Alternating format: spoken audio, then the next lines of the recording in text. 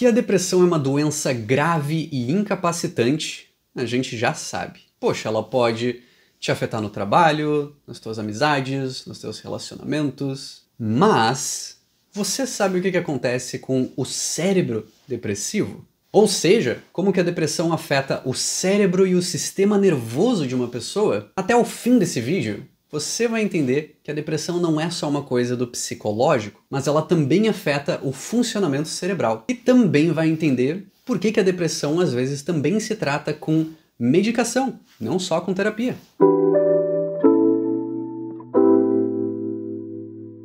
Para começar então, o que é a depressão? Ela é um transtorno de humor e ela até que é bem prevalente, ela afeta em média 1 a cada 5 pessoas no mundo. Então, colocando isso de outro jeito, estima-se que 20% das pessoas por aí, em algum momento da vida, vão desenvolver uma depressão, ou como a gente vai definir melhor, um episódio depressivo. E quais que são as causas de um episódio depressivo? Aqui é interessante de apontar que não existe uma relação de causa e efeito entre essas coisas que eu vou falar. Se você já teve uma pequena epidemia de gripe na sua família, tu sabe, tem sempre aquela pessoa que, sei lá, tem um sistema imunológico mais forte e não pega, apesar de estar exposta ao vírus. Da mesma forma, todos esses fatores te deixam mais vulnerável a desenvolver depressão, mas não são necessariamente uma causa. Quais são esses fatores? Primeiro tem predisposição genética. Então, se você já teve pessoas com depressão antes na sua árvore genealógica, você pode desenvolver também um estilo de vida pouco sustentável. Então, o que eu quero dizer com isso? Uma vida que favoreça a depressão pode acontecer de várias formas. Por enquanto, o primeiro exemplo que eu vou dar é de um médico que trabalha fazendo plantões de 24 horas e aí acaba desenvolvendo o famoso burnout, que tem sintomas depressivos ali. Da mesma forma, o estresse é um estressor bem pesado.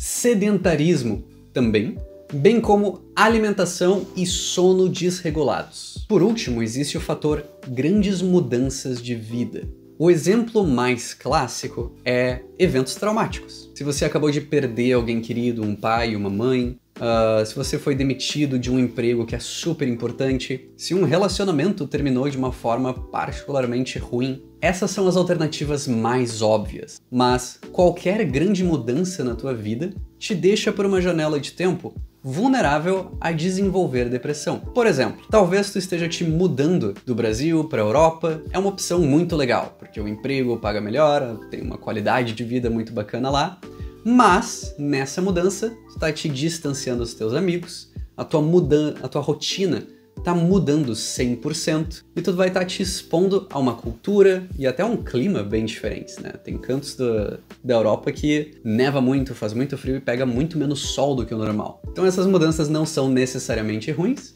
mas elas te deixam mais vulnerável. Seguindo adiante então, depressão não é a mesma coisa que simplesmente estar muito triste.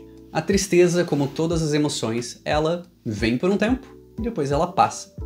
E ela tem um propósito ali. Ela sinaliza que algo negativo aconteceu. E ela tá te dando um convite a dar um stop, repensar sobre as coisas, se organizar e se preparar para que essa coisa negativa não aconteça de novo. A depressão não precisa de um evento indesejado ou até de qualquer acontecimento real. Ela é parecida com a tristeza, mas ela não passa sozinha. Se você realmente não faz nada a respeito dela, ela só piora. E um episódio depressivo muito bem definido e caracterizado, ele dura por pelo menos 2 semanas. E quais são os sintomas da depressão, então?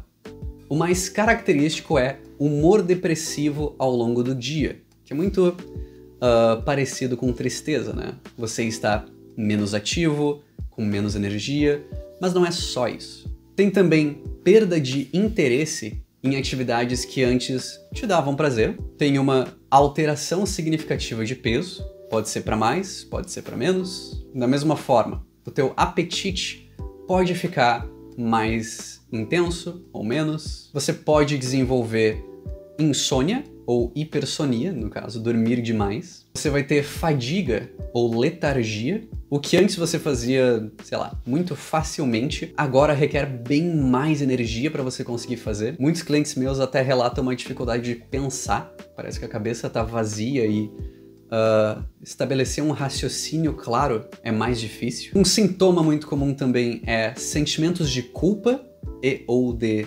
inutilidade e, potencialmente também, pensamentos suicidas. E você não precisa ter todos esses sintomas, mas você precisa ter pelo menos 2 obrigatórios aí, que é o humor deprimido, que é bem característico, e a perda de interesse ou prazer nas atividades. Além desses, o seu psicólogo ou psiquiatra, que é quem pode fechar esse diagnóstico oficialmente, vai procurar por pelo menos 3 outros sintomas dessa nossa lista para conseguir botar o carimbo de depressão oficialmente. E agora sim, né? A gente veio falar de neurologia, então como que funciona o cérebro depressivo? Quando você está em depressão, o seu cérebro entende que aquelas atividades que antes davam prazer ou despertavam teu interesse já não provocam mais essas sensações. E quando isso acontece, o teu cérebro conclui que se não tem interesse, se não tem prazer aqui, tanto faz se eu faço essas coisas ou não.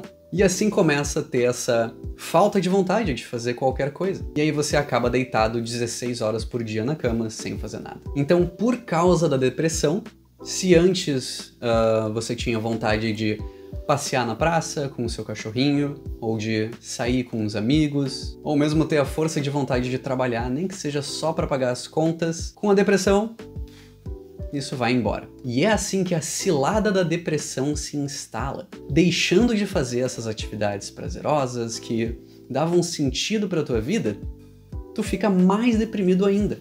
E com mais depressão, te dá menos vontade de fazer coisas, e assim por diante. Neurologicamente, como que isso acontece? O nosso cérebro se comunica com o nosso corpo através de neurotransmissores, que transmitem o que os nossos neurônios precisam. E aí, quando você está deprimido, literalmente você tem menos neurotransmissores trabalhando do que o normal.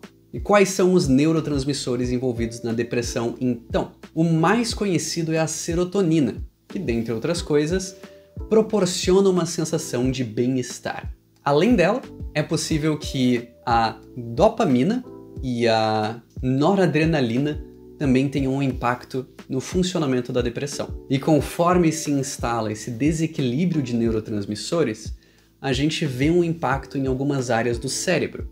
Áreas essas que são relacionadas à memória, à motivação, à capacidade de manter a tua atenção e à capacidade de planejar. E por isso, a principal intervenção medicamentosa busca literalmente aumentar a disponibilidade de serotonina no teu corpo, te trazendo de volta bioquimicamente a capacidade de sentir interesse e prazer. Beleza. E aí você deve estar pensando, show? Então é isso aí, né, Daniel? Eu tomo meu remedinho e tá tudo certo. Meu caminho para tratar a depressão já está sendo trilhado, certo? E às vezes sim, na verdade. Depende muito da seriedade do caso. No entanto, se tem uma coisa que é clara na literatura científica a respeito de vários estudos de eficiência de tratamento para depressão, é o seguinte: o melhor tratamento é com medicação e com psicoterapia juntas. E dentre todas as psicoterapias disponíveis no mundo, a que eu posso dizer que é padrão ouro no tratamento da depressão, e que, claro, a gente oferece aqui na Eureka, se chama ativação comportamental. E o princípio mais nuclear da ativação comportamental é o que a gente chama de agir de fora para dentro. Ou seja, o objetivo na psicoterapia não é de te devolver o interesse e a vontade de fazer as coisas que tu costumava. Pelo contrário, apesar dessa falta de vontade, o teu terapeuta vai te ajudar a ir lá e fazer essas coisas. Já que a depressão te desconecta das coisas prazerosas da vida, a nossa missão é te ajudar a se reconectar com elas e devolver o sentido para a tua vida. Um passinho de cada vez, pouco a pouco, conforme a gente faz esse tratamento, a tua força de vontade volta e a depressão, que antes parecia um problemão sem solução, começa a ficar cada vez menor e de repente você está no domínio da sua vida de novo. Se você tem interesse em fazer terapia com a gente, primeiro dá um like nesse vídeo que a gente fez com todo amor e carinho para vocês, e depois dá uma olhada na descrição do vídeo. Muito obrigado por me assistir até aqui e até a próxima!